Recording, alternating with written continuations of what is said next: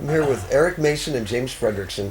Eric is a reporter turned private investigator who covered the Diane Downs case 30 years ago. A shooting happened that involved her children. James Fredrickson, Diane Downs' brother. James is looking for information at this point. There are questions about the conviction. Eric, you were there. Can you start by explaining what your memories are about the Diane Downs case that you covered, and the fact that your timing as a reporter was very much in line with this case? Well, I was just a brand new recruit there at the NBC station. I had just finished University of Oregon School of Journalism and came to work there. We had put KMTR on the air in those first 2 weeks. Some of the newscasts were without sound. And so we were this fledgling news operation, and certainly it was the biggest story in town. It was the biggest story of the state. It became national, and for all of us, it was this huge opportunity because here was a gigantic story in our backyard. Absolutely gigantic. James, let's go right back to the beginning. I mean, what a shock it must have been for you to hear this. Can you tell me how the information initially came to you? So I was at my house in Lodi, California, and the phone rings like 2 o'clock in the morning, and it's my dad on the other end. And he says, "Your sister and family have been attacked, and your niece Cheryl is dead." It was just surreal. I don't imagine, that you even ever completely recover from news like that. No. So here you are 30 years later, and you have questions about a lot of different components of this case. Absolutely. And in a general sense, you keep learning more. Every day that I read on this, I mean, she never held the gun. Now let's talk about that for a moment. Ballistics in court demonstrate that when a person fires a gun, there's blowback, it covers their hands. This didn't exist. No. Actually, the night of the shooting, they put this liquid to check to see if she held a gun, fired a gun, and it was dripping off her hands. They did it at 2 in the morning, I believe is what it was. And she never held a gun. She had never fired a gun. Didn't have any blood spatter on her, no gunpowder residue, nothing. Eric, you covered the case almost in its entirety.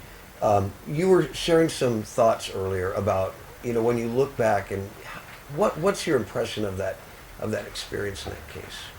Well, a number of other reporters covered the actual night that it happened and some of the aftermath. So I came in later. I was working, by the time the trial happened, I was working for the CBS station in Portland and covering the trial every day. And so my experience is kind of through the lens of the trial and watching the defense work, watching the prosecution work, and really coming to some kind of conclusion that the defense that was mounted was not very aggressive. I mean, really it was more along the lines of, here's Diane, here are the pictures of her life, how could this woman have done this crime? And they really didn't attack things in terms of alternate suspects, developing the alternate suspects, going and looking at what later becomes a person of interest in the case, after the fact now. And so as a result, I think really the jury was very well molded by the prosecution, who had, a very good narrative set up for Diane and the motives for why she would want to shoot those 3 children. If all the information from the prosecution, if everything they had wasn't shared with the defense, as you were explaining earlier, 50 Shades of Gray, it's a very complex case. Would that not make it easier for either side to perhaps, throw information in that, I mean, it gets complicated. Can a jury really keep up with ballistics and this type of thing? I mean...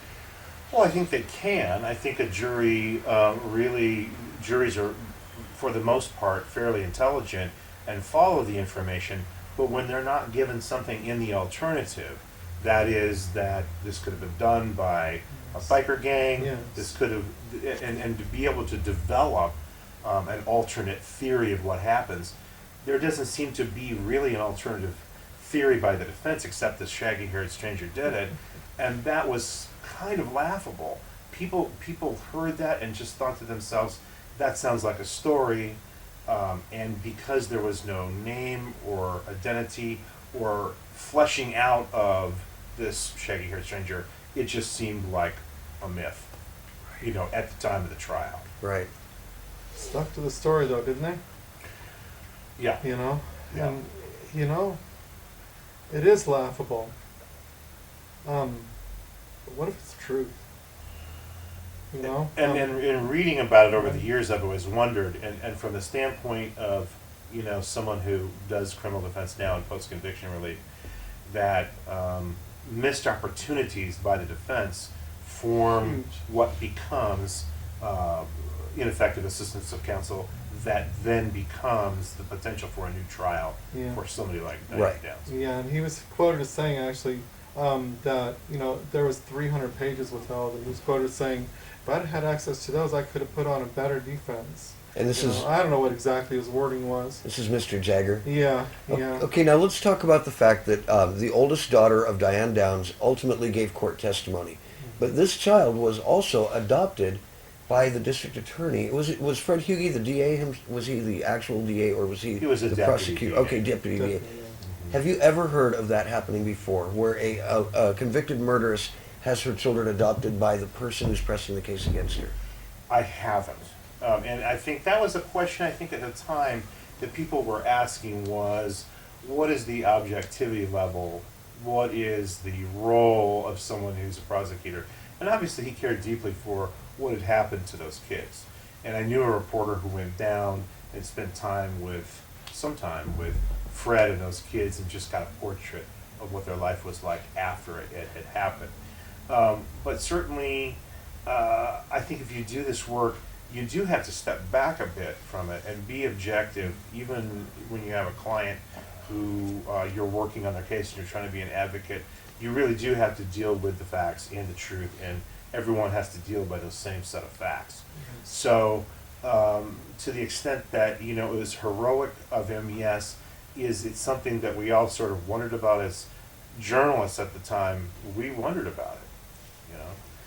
I really it's like people call it heroic, because he was such a wonderful man that he would adopt these poor stricken children,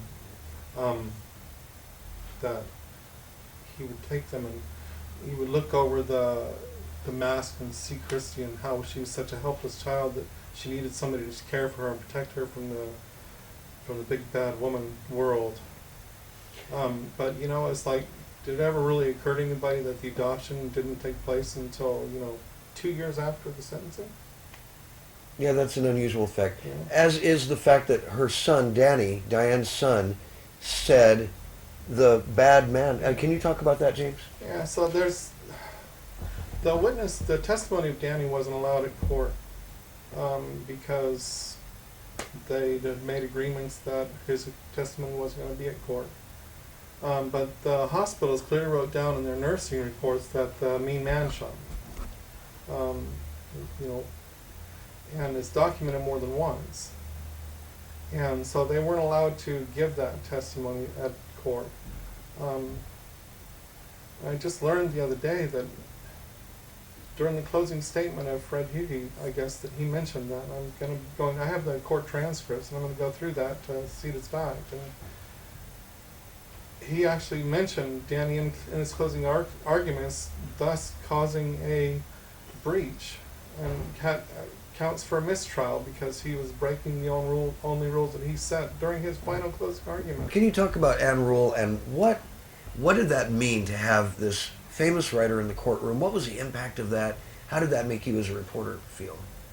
Well, Ann sat next to me a lot of the time, and it lent a certain star power to the room, and the fact that she was there, in a way, I guess you could say, reinforced the fact that she was going to be doing a book, and she really doesn't come from the standpoint of the wrong guy did it. That's not a part of her genre. It's usually the genre that she writes about is, this is a trial, the person did it, they're going to go down, the detectives are the people that ferret out the truth. And so there really isn't a great degree of skepticism in a lot of her work. Now, I've read a lot of her books. Stranger Beside Me was a good book about Ted Bundy. But she doesn't really come from the standpoint as investigative reporters or investigators, defense investigators, from the standpoint that there could be problems with the investigation, or that there could be alternate theories, or there could be areas to investigate that need to be brought forward so that the person gets a fair trial. She's basically going Yeah. to take the word of the police without a lot of question. Well, I mean, that's been the history of her books, and many of the books have included subjects and characters, which, there isn't a lot of doubt there. The person has made statements, or the person has been seen a number of times, like Ted Bundy, in the midst of doing his crime. So, in a case like Diane's, where there was at least some question, it certainly added to the idea that the police had basically figured it out and this was a done deal. Right. James, you've explained to me that there was quite an age gap and there were many siblings in your family, so you didn't necessarily have a super close relationship with Diane, but can you talk about growing up with Diane a little bit? Tell me, what comes to mind when I ask that? What comes to mind when I think about Diane is pigeons. She had homing pigeons in Phoenix, and she liked horses and animals. Didn't really interact a whole bunch. There was like 6 years in between us, 5 years, 6 years in between us, so we didn't really interact a whole lot. Yeah. But she was certainly a victim of abuse. Her first husband and she, Mr. Steve Downs, had quite a combative, turbulent relationship. Yeah, they sure did. I just remember times, there was a time we were in Flagstaff, we were living up there, and he jumped up on top of her and he was hitting her in the sides, and she was like just cuddled up like that so he wouldn't be able to hurt her, and then he stopped and she got up and she started beating on him. How tall is Diane? I'm going, she's probably about 5'7", Okay. 5'8". I really, She's not exactly petite then. She I might mean, be she's a 5'9". pretty small person though, at least Yeah. at that point, right? yeah. So you saw her recently. What kind of a visit did you have? I know, of course, we've talked about this at Yeah, great length, but for yeah. the people watching this, you had a pretty good visit, I didn't had a you? really good visit. Talk to me about her intelligence. I read what she writes, and I get the impression that this has to be, a cohesive, intelligent person writing this. Yeah, she's and there's absolutely nothing about this case, obviously, that she doesn't know or understand, right? But she has taken everything, and she's just incredibly scary smart. The way she pieces puzzles together. Yeah, very smart. Right. And an analytical mind with math and Yeah, codes absolutely. and things Yeah, like this yeah, too, right? Yeah, right. Um, Some people would say that Rolling she's again. lost her mind, and other people would say that she's actually found it. right. She's been locked up for how many years? 29. 29 years. She spent 5 years in solitary confinement, where she got to see nobody It's hard to imagine. for 24 hours a day. I've worked on another case in the past, the case of Captain Jeffrey McDonald, the Green Beret doctor, convicted of killing his family. He was also injured in the event that led to his family's death. That injury of his was greatly minimized. But you really opened my eyes when you explained to me how badly Diane was shot that night. Can you talk about that? This wasn't a flesh wound. The bullet No. actually struck the bone? Yeah, the bullet struck the bone. I never really paid attention to it, because it's just you got shot in the arm. But she's got a scar that's like 4 or 5 inches long and going up her arm, where it actually took the bone and it shattered the bone in half, and I guess the arm was actually laying up, where its fingers were pointing towards her bicep the night of the shooting. Wow. But the problem is that how it got to the hospital. Let's talk about how it got to the hospital. It got to the hospital and it was wrapped up, straightened up, wrapped up in a towel that was like, I'm going to use Ann Rule's movie, perfectly folded. It's Right. like, I'm just going to tell you the truth. The more I hear this, the more I think, honestly, that was a very, very lame thing for the prosecution to put so much into, because who really witnessed that exquisitely well folded towel. I mean, it seems like Right. a distraction. I mean, Eric, what was your thought on the towel? Um, there were so many things about the trial that, as you listened to them, you got the impression that it was a case that was certainly very circumstantial, but that cumulatively, it was hard not to think that the way it was put on, that Diane was completely guilty. Right. It really was. Some of the small details, I think, kind of went over the jury's heads. I mean, for example, the towel, I don't think it really registered with a lot of the jury from what, all of us, the court watchers, could tell. So there was that. There was the fact that there were the letters to the gentleman in Arizona. I mean, that took the sensational aspects about Diane's life, about her, sexual escapades, that certainly were a lot bigger than the towel, Right. and a lot of the other minor things that certainly came up. Right. That just became kind of a sideshow. I mean, it really was. It became kind of, in the end, especially with the pregnancy and the birth, a circus type atmosphere. Certainly. Yeah. And actually, she was actually a surrogate parent for people that couldn't have babies. People nowadays, when they get paid and they do this, they're almost revered on TV that that they had enough heart that they would carry a baby for a family that couldn't have a baby. And people say that she was a surrogate parent and that she did that, and it's like, and she's just this wicked woman who could give away a baby. But it's like, it's the way things are portrayed, man. Right, I know. And convicted through the press. It's a really, I mean, that movie, and I've never watched the movie.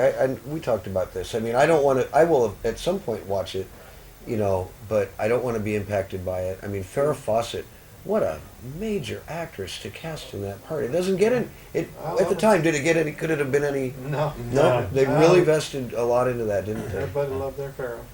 And Anne Rule with the Duran Duran song, did that play a big part? I mean, the fact Was that really at the trial? Hungry Like the Wolf. Yeah, that was at the trial. Was it? Can you tell the demeanor of the courtroom? Well, I mean, there was just this moment when they played the music, and that she seemed to be connecting to the music and the beat and everything. That certainly, an Anne Rule, I know how she made played it. it. Made it a very, Do you very remember that? big deal. Yeah, and so these little items that just seem to be not evidentiary, but were indicative of what the prosecution says was a woman who did not, care about her children enough that this music would have, if she said it was playing, this music would have triggered, an awful response from the average person. It definitely wouldn't make them tap their foot. Yes, exactly. And so as a result, these are just things that seem to add weight to what the prosecution was saying at the time. So, and really there could be a disconnect. She could be just exhibiting inappropriate behavior in a Here's number of ways. the really weird part to that whole statement, because that is the weirdest freaking thing I've ever heard. But I don't mean to come back to the very beginning, though, but I will probably about 100 times. She never held a gun, never fired a gun, was not near a gun when it was being fired, and had no blood spatter and gunpowder residue on her. So how did she shoot somebody to have a reaction to a tape? She shouldn't be the one on trial here. And why would a person aiming to murder her children drive them to the hospital? And at the end of the day, that's a very, very hard one to go around. What's it going to take? What would it theoretically take to get that? I mean, her appeals are done. Everything's, the course has been run. But this is what you're doing right now. What would it take to get Diane out of prison? Can you feature it? I mean, and what's your thought? And I don't mean to go on, but what's your thought on the fact that she could admit, she could say, I did this, and be paroled by now. Yeah, but she right. holds on to her innocence. How does that move you? Well, I mean, these are some of the things I've read over the years that have made me always kind of wonder.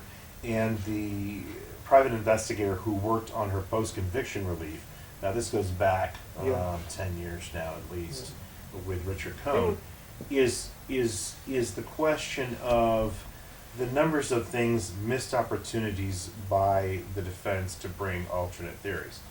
And so really, all of these appeals and post-conviction relief have all run. And so really you're down to things like pardons, you're down to things like new evidence that comes forward that you can get it in front of a judge and it's substantial enough. Maybe they may hold a hearing about it, but really you would probably need some kind of confession from somebody who came forward and said, I am Right. the killer, Right. that was there that night. And there is a man I don't who, even think that would do it. yeah. Well, You don't but, think so? No, sir. Oh. but there is a man who has been identified repeatedly. This man was apparently part of a motorcycle club that had illegal activity going on. Pat Horton, the prosecutor, was ultimately the person who left his role as a prosecutor and became the attorney for the same motorcycle club he had been investigating. And that is all Remember that? central to this.